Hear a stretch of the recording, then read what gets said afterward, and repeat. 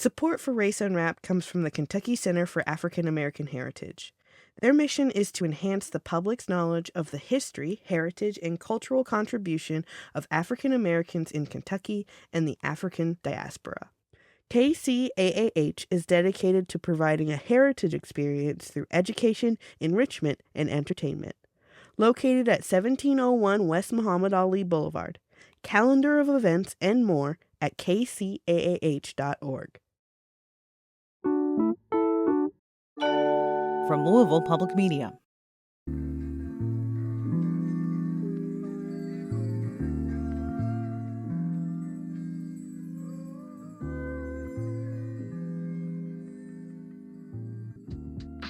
Welcome to Race Unwrapped. I'm Michelle Tyrene Johnson. I do not claim to know much about poetry, but I can't have a whole season of Race Unwrapped with the theme of art as protest without talking about it. Not the roses are red, violets are blue kind of poetry, but the kind that can be a backdrop to the dance between your intellect and your soul. And if you really want to think about all the different channels of poetry, talk to Dr. J. Drew Lanham. He's a poet, but he's also an academic, a creative writer, a curator, and an ornithologist. Yes, he is a birdman, and in his own words, he's trending feral. He shared some of his work with us, and just so you know, it's a very strong poem emotionally, and it also includes some very strong language, including the unbleeped N word. What I most appreciated about chatting with Drew is being reminded that poetry isn't just about pretty words softly said, but it's about how we use language to unpack the tangle of human emotions, especially when we're talking about race. How long did it take you to develop this loving appreciation of birds? It feels like a lifetime, Michelle. I'm 61 now, and Ah, we're the same age there exactly. we go. There we go. The Joneses micro generation is what they call us, right? Mm. And so I can, as far back as I can remember, I've loved birds. I've been intrigued with flight. And so I remember seeing my grandmother feed birds, feed sparrows, and she would throw them handfuls of grits from the bag and say that she pitied the birds in the cold. That was my first really relationship with birds. And I like to say I have a relationship with birds. It's long standing. I'm committed to it. And so yeah, but that the first fascination was flight. Flight. Okay. So, how does being a lover of birds feed into your love of poetry? Well, you can't. It's really hard to look at a bird and not be inspired to different words. To see a bird in flight, to watch a swallowtail kite soaring, or watch a bobwhite quail flush from the thicket in front of you, or to hear a warbler sing after making a migration across the Gulf of Mexico, that's that puts me in a spell, sort of, and in a way gives me license to create, right, in a way that hardly any other being does. I mean, love does that for you, right? It puts you in the sense um, of rhythm, of syncopation, of just a sort of feeling that there's no other way to describe it but poetic. That was so beautiful what you just said. We can just end the interview now. We're done. Okay. We've covered everything because that was amazing what you just said. Um, but seriously, I mean, I see why my bird loving friends love you because your love and appreciation for birds just spills out. So on the note of what this season is about, so this season is about art as protest. Mm. What does social justice mean to you? Social justice means that a community gathers, flocks. in a way, just as birds do. We murmurate around an issue. We swirl and we turn and we come together in a way to demand rights that are due us that aren't extraordinary by any means.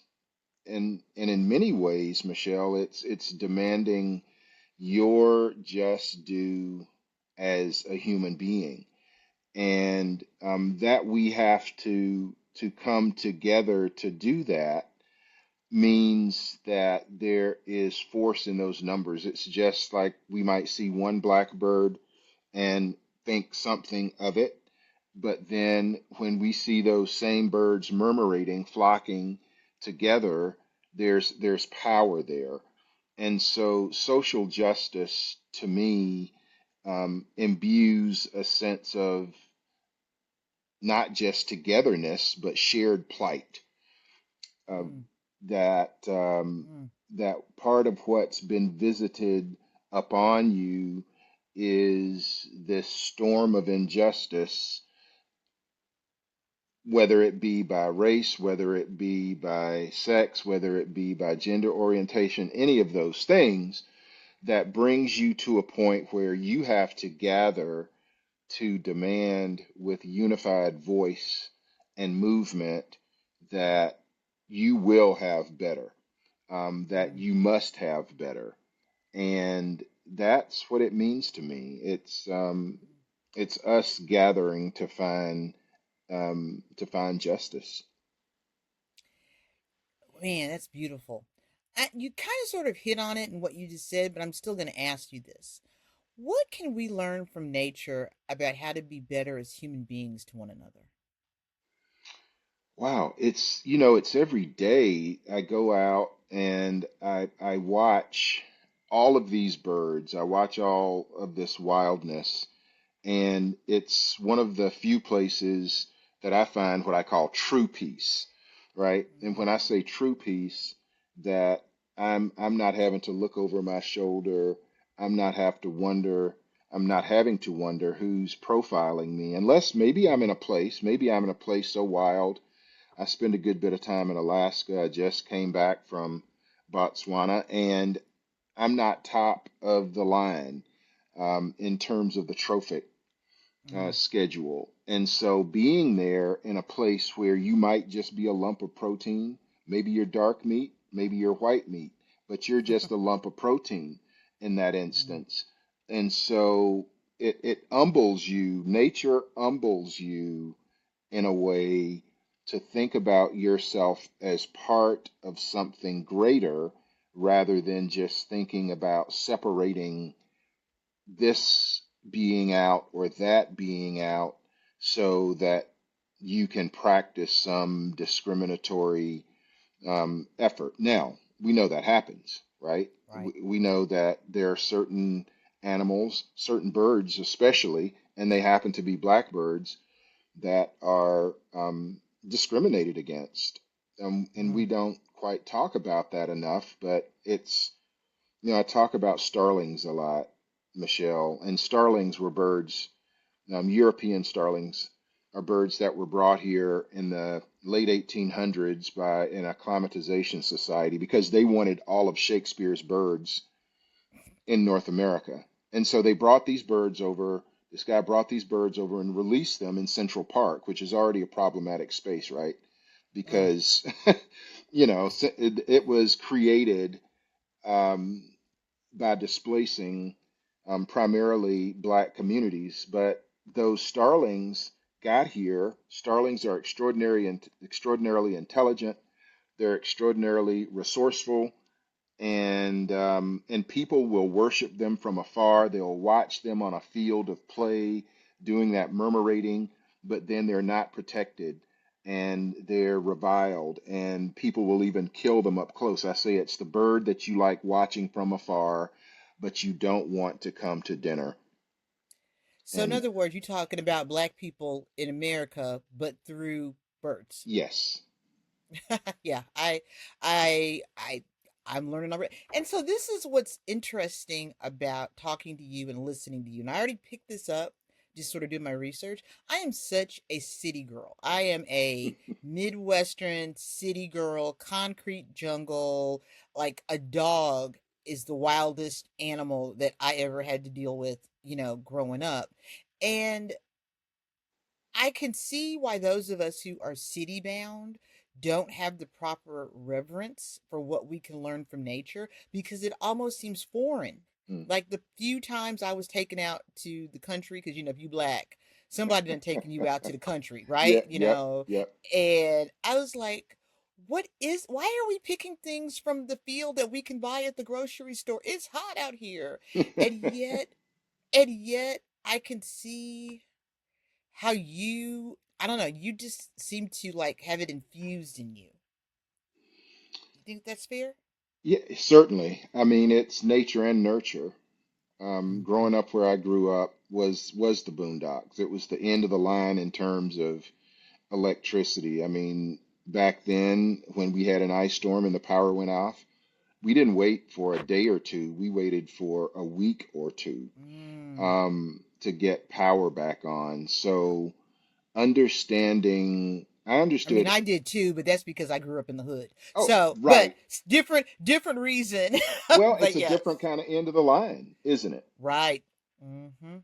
And so, but understanding for me, understanding early on that food came from that garden and that meat came from that cow or that rabbit that daddy had shot or the fish that we caught out of the creek. I like to say we practice catch and release in a pan of grease.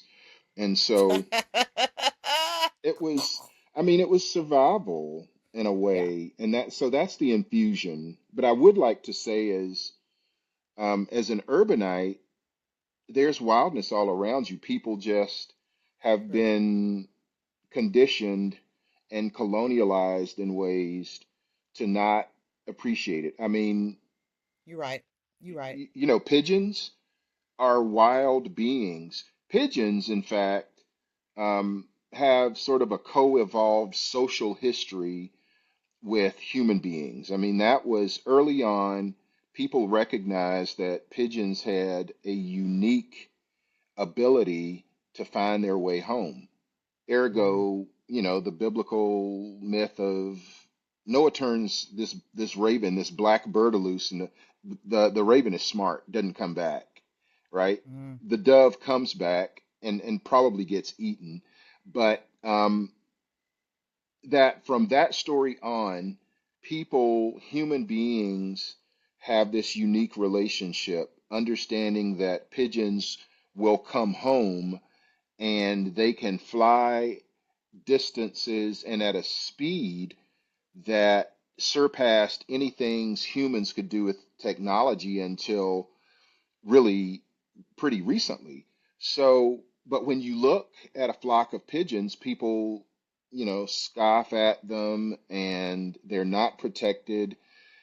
But it's a strong flyer and it's wild and mm, it's in cities. There are coyotes in cities. There are raccoons and mm. there are all these Yeah, it's true. wild beings in cities that have adapted Yeah. to be where we displace them, right?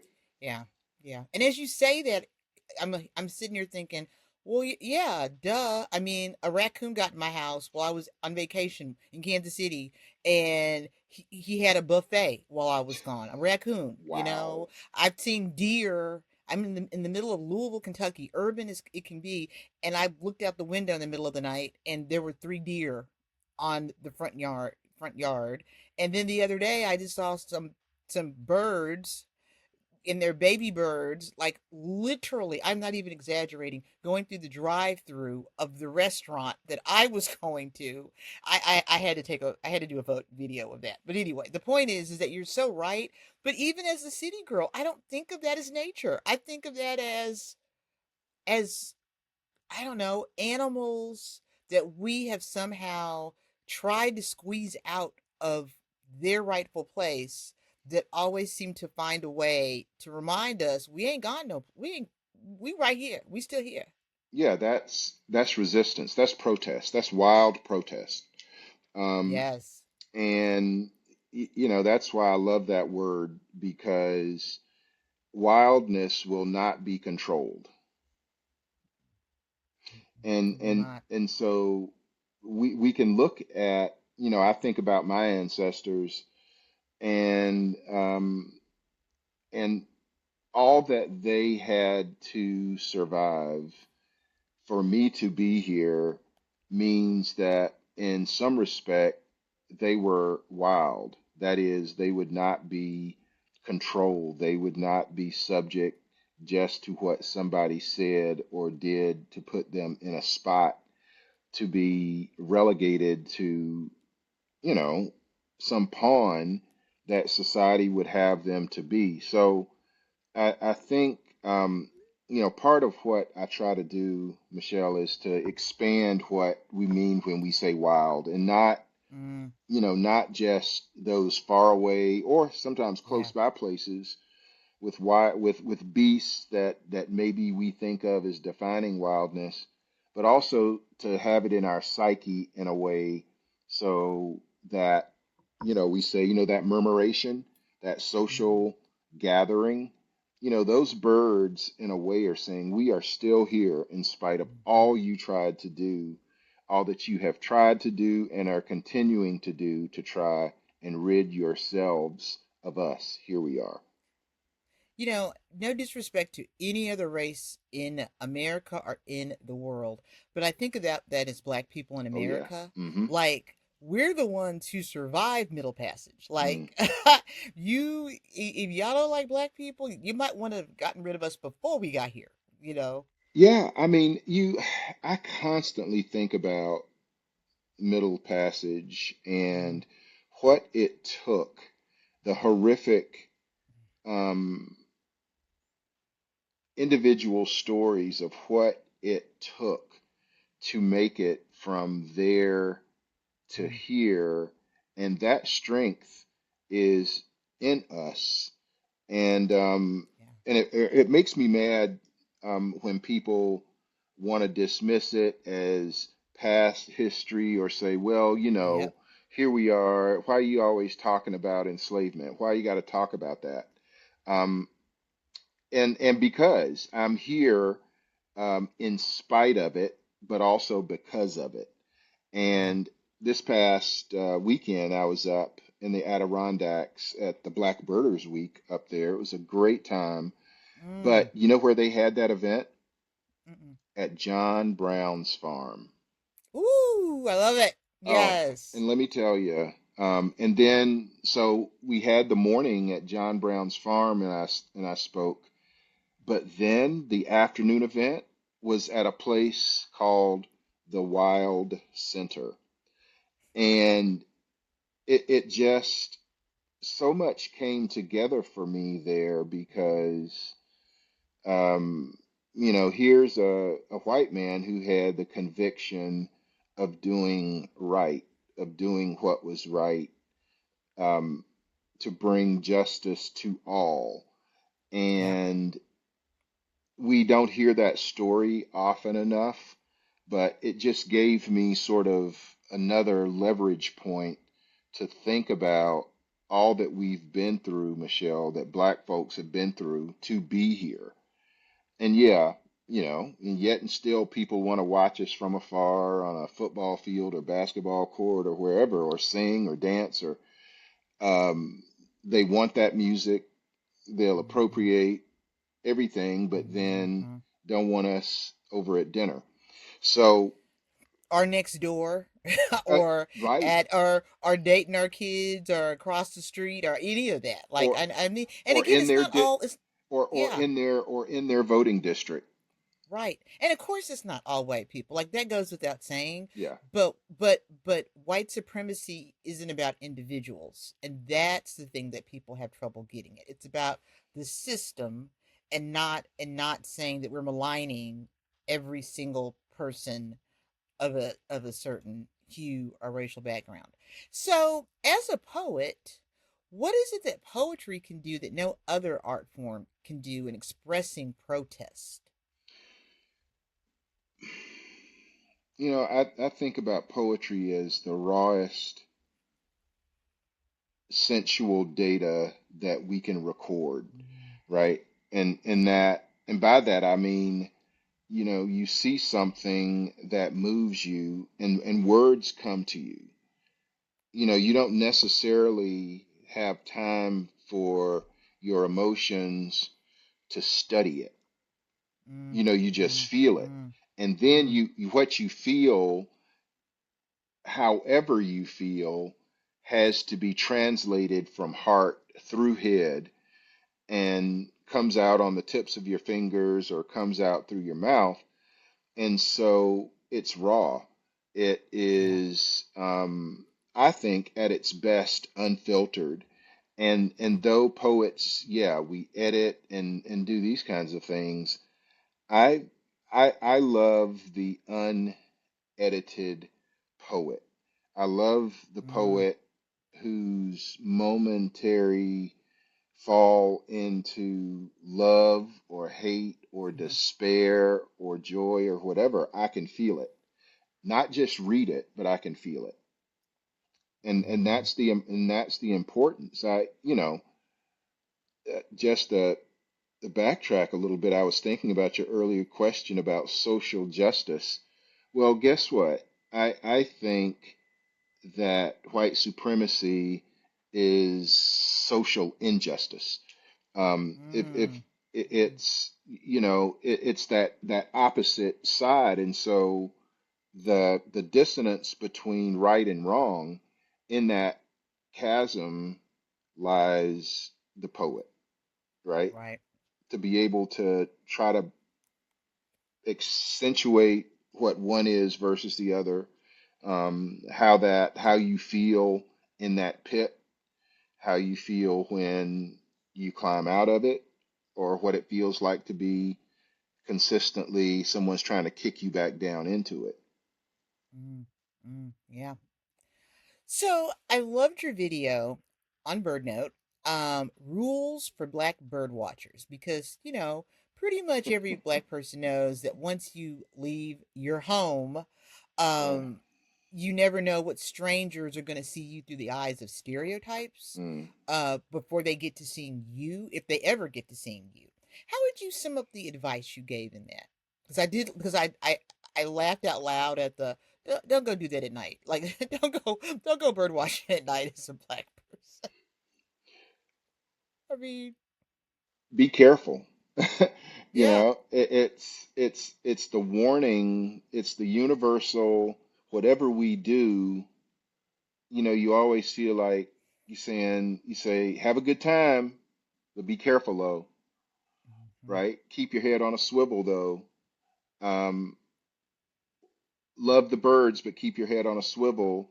Um, enjoy that place, but keep your head on a swivel. And that's exhausting. Yep. And for me, in writing that, Michelle, it was a it was very quick. I remember the editor from Orion, as we were communicating, asked me to do something, and I sort of had this idea in my head, and they gave me 2 weeks. It took me an hour to come up with that. Yeah, not surprised. Right. Not surprised. Yeah, not surprised. And I couldn't help but think about that viral video, where I'm about to go, of black birdwatcher Christian Cooper Hmm. being falsely accused of attacking a white woman in Right. 2020. Um, because as horrible as that incident was it an opening for you to talk to more people about bird watching while black? In some ways, it was. Nine Rules was what, 2013 or whatever, Mm, and so I had been talking about it and continue to talk about it, but at some point there set in a kind of exhaustion, right? and maybe a bit of resignation on my part to say, you know, F y'all, I'm gonna do this anyway. I Right. I really at some point, and I had to think about my father. I had to think about the ancestors who said, you know what, there can be no fear here, and and part of that is maturity. Yeah. I don't put myself in, or I try not to put myself in circumstances where I'm endangered, but I also have come to the realization that part of the social injustice that people would try to heap on me is fear. Yeah. Yeah. Yeah. And Because fear is what controls you. Fear is what keeps you out of spaces. right, and exactly, and it's, you know, those sort of terrors, and we can talk about microaggressions, but they're micro Mm. terrors, right? You know, Yeah. just this whole idea, this little things that they want you to have in your mind that limit where you go, that limit your range. And so, you know, what happened to Christian in some ways, um, you know, we had had a conversation about a year before that. That was on a Oh, little, really? yeah, Oh, I was on wow. a little AM station in New York, and I was, you know, and we were having a conversation, and here I am, the Southerner, and Mm. Christian. I'd invited him down, and he had sort of said, "Well, you know, it's a little dicey down there." And Mm. Mm. I was like, well, it's a little dicey everywhere, Thank you. you Thank know. you. But I say that to say again, the message from that original nine rules was keep your head on a swivel. I don't care if you're in Central Park. I don't care if you're in Harlem. I don't care where you are, right? Um, some form of gentrified bias will find you. And Love the way you put that because that's it right there. yeah, I mean, you have to recognize it. It might not be as overt as somebody trying to murder you by police, um, but when you feel it, you know it. Right. Right. And the problem is that stereotypes, and we all do it. There's every single one of us who is human does it. Hmm. And the problem with stereotypes is that they move faster than you actually can think or talk. Like Mm. like your brain is clocking somebody in stereotypical terms all the time. Whether we don't have to get to race, we can get to weight, height, whether they look like they fit into a situation. I mean, all those things. But the difference with being black or brown in America is that it could harm you. It could like physically harm Hmm. you, Hmm. someone's projected stereotype. So the other sort of, I don't know, I don't want to sound basic, but the other thing that I thought of when I knew I was going to interview you is, the song Blackbird by Mm. the Beatles. Hmm. Um, that's also on Beyonce's Cowboy Carter album. I don't know if you've heard of that, but I Yeah. was like, that's so beautiful. Um, McCartney said that the song is inspired by the civil rights movement. What bird makes you think of the times we're in right now? There's this bird called a loggerhead shrike, um, Lanius ludovicianus, and it's it looks a little bit like a mockingbird with a mask, right? But it's a raptorial songbird, and Drew, first of all, you're assuming that I know what a mockingbird looks like, okay? But continue. Thank you. okay, so this is a bird that's really sort of monochromatic in color. It's not spectacularly flashy or anything like that. It's black and white and gray, and it's normally found around in rural areas and even in sort of open fields, um, in abandoned lots, in places where it can have um, not just availability to prey, like large insects, small rodents, and sometimes small birds, reptiles, small frogs, and lizards. But this bird, because it's not a raptor, it's raptorial, but it's not a raptor, its feet are too weak to grasp its prey. And Mm, so it has to put that prey on a thorn. And that seems gruesome. I mean, the bird yeah. has the moniker of butcher bird, Mm. but then it'll sit up and sing like a bird, like a songbird. So Oh. it's the ultimate code switcher. Oh, wow. What a way of It's putting the it. Mm. it's the ultimate code switcher, and it's been persecuted a great deal for that. It was persecuted early, late, well, really, for most of the history of the colonization of this country because people saw it as a bad bird, right? And what's the name of this Um, bird again? it's the loggerhead shrike. Loggerhead means big-headed, Okay. and shrike is a term for a group of birds that sort of live this dual lifestyle. It has a little hooked bill that makes it look kind of, again, rakish. Mm. It has a mask, and it's when you come across something hanging on a barbed wire fence, it looks gruesome. Right. But this is just this bird's way of making a living. Mm. But it's been killed for that. It's been killed for being who it is, not just what it is, but who it is. Mm. And so I see that being relevant to today because it's not just about what we are Mm. as a people, but who we are as a people.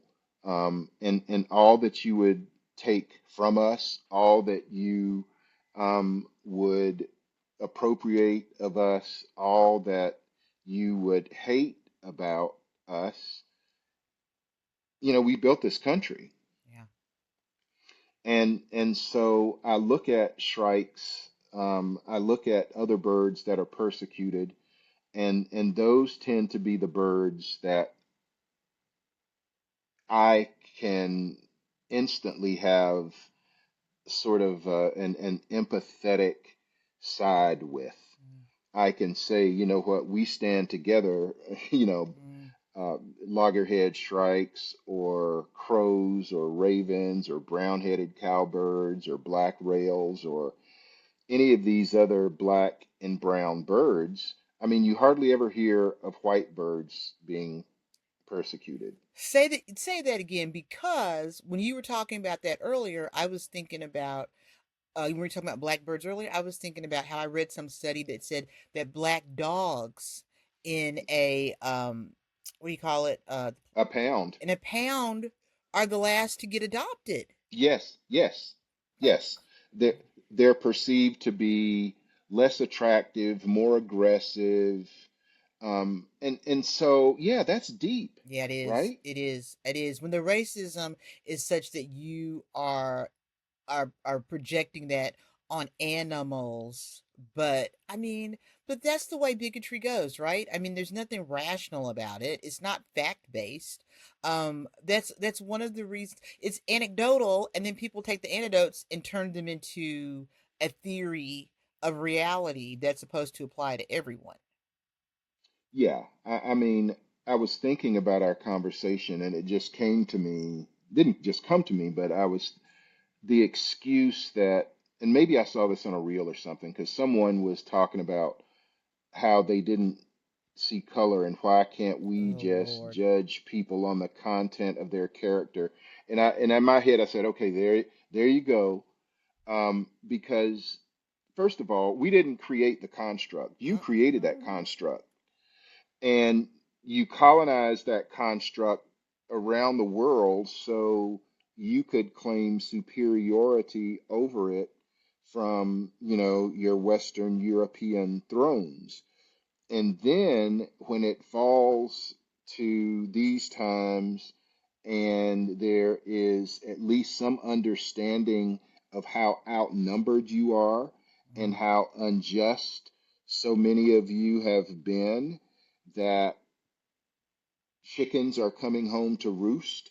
You're being exposed, and all of a sudden you want to quote Martin out of Oh, context. out of That context. oh God, Drives I me I nuts. hate that. Me I, too. I'm like, if you don't start with letter from a Birmingham jail, don't get to I had a dream with me. Sorry, I'm about to go off. that's Sorry. no that look, Michelle, that's it. They have never touched. I mean, you'll say, "Have you read Letter from a Mm, Birmingham Jail?" mm. And they'll look at you like, "What's that?" Oh my God. I No, know. I know. I know. who wrote that? Whew. So, Drew, don't you about to make me go off, okay? well, we deserve to, right? Brother Baldwin Mm. said to be black in America is to walk around in a state of rage at all times, Whew, whew. um, and yet, enraged as we are, look how we find joy in the midst of all that you present, all that's presented to us, we find joy. Joy And, in and creation, yes. yes, joy Mm, and creation. And mm. that is, and then somebody else wants to profit off of that. Always. Well, and it reminds me of like when people love to say, like you said it earlier, can't we just stop talking about slavery? That's so long. I always love to say to people, yes, let's stop talking about slavery. Let's talk about Jim Crow. Let's talk about Jim Crow and how half Let's, of the country still lived during Jim Crow before it was technically ended. Oh, again, Cedar, you about to make me go off when this is a podcast and I'm supposed to remain centered and calm. But that does lead to the next thing I was going to do, since we are like all up in it, is you have such a great range of poetry where you talk about this. Do you mind reading me something that really is in the heart of what we're talking about? yeah, let me see here. So I have these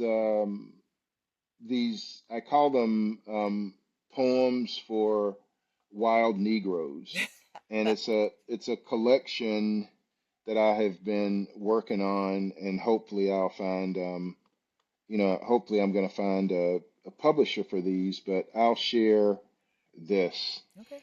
It's called Unfriend Me. Am I your token Negro?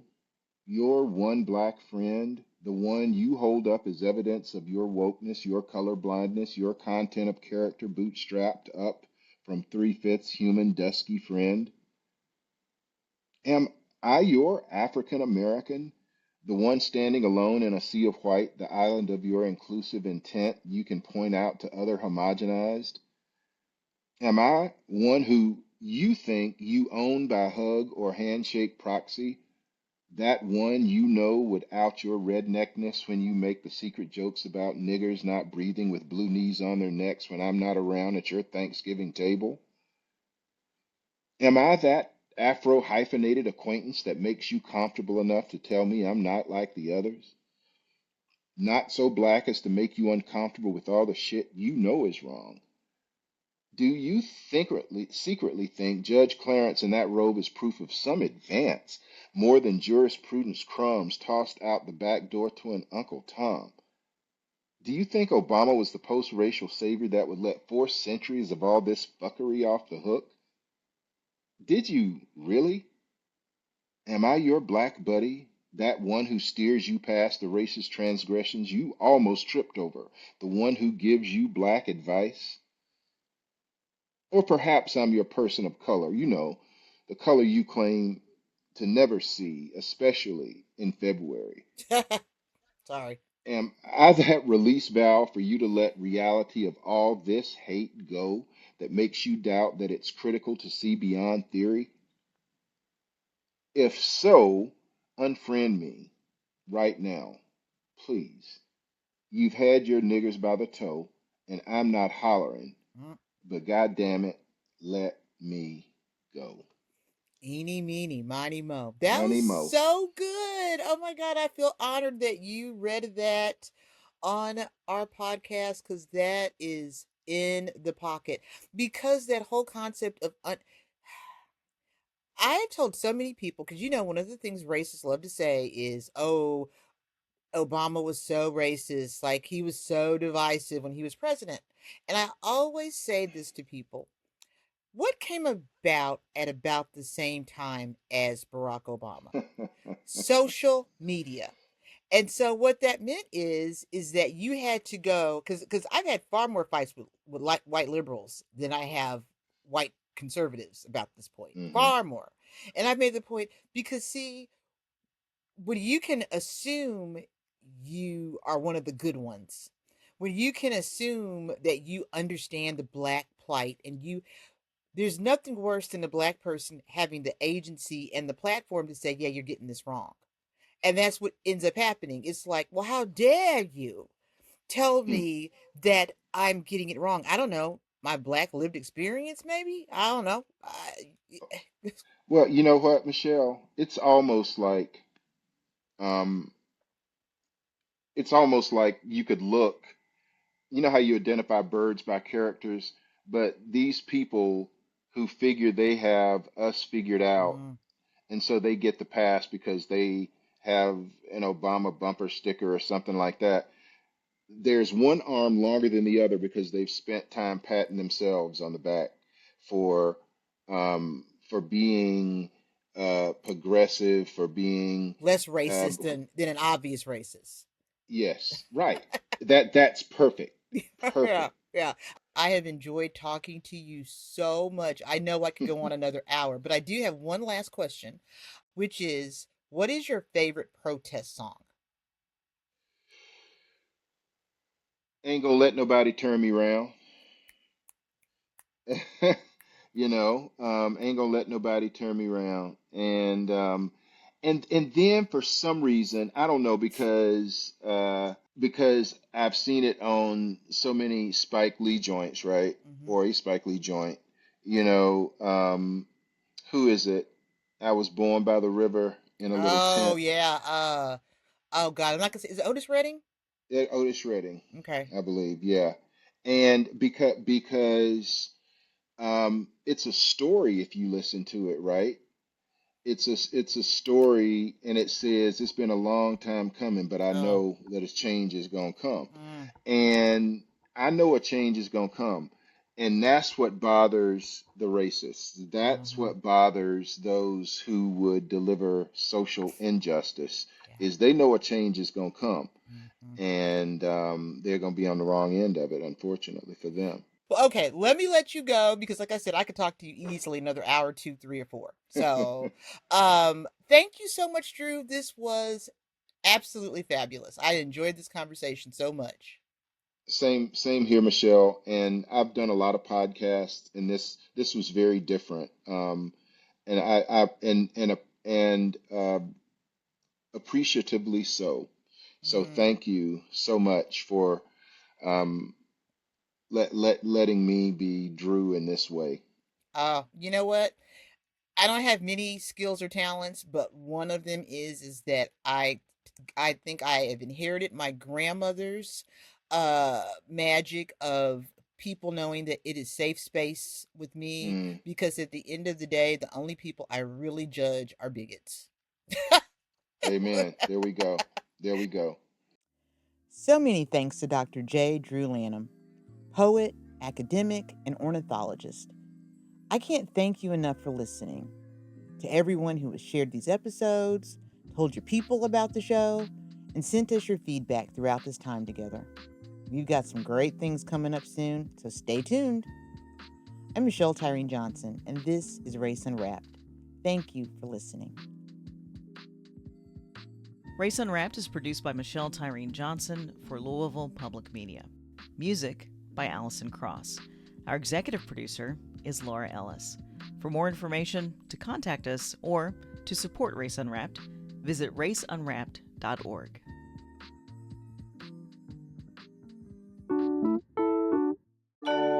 From Louisville Public Media.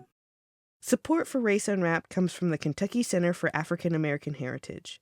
Their mission is to enhance the public's knowledge of the history, heritage, and cultural contribution of African Americans in Kentucky and the African diaspora. KCAAH is dedicated to providing a heritage experience through education, enrichment, and entertainment. located at 1701 West Muhammad Ali Boulevard. Calendar of events and more at kcaah.org.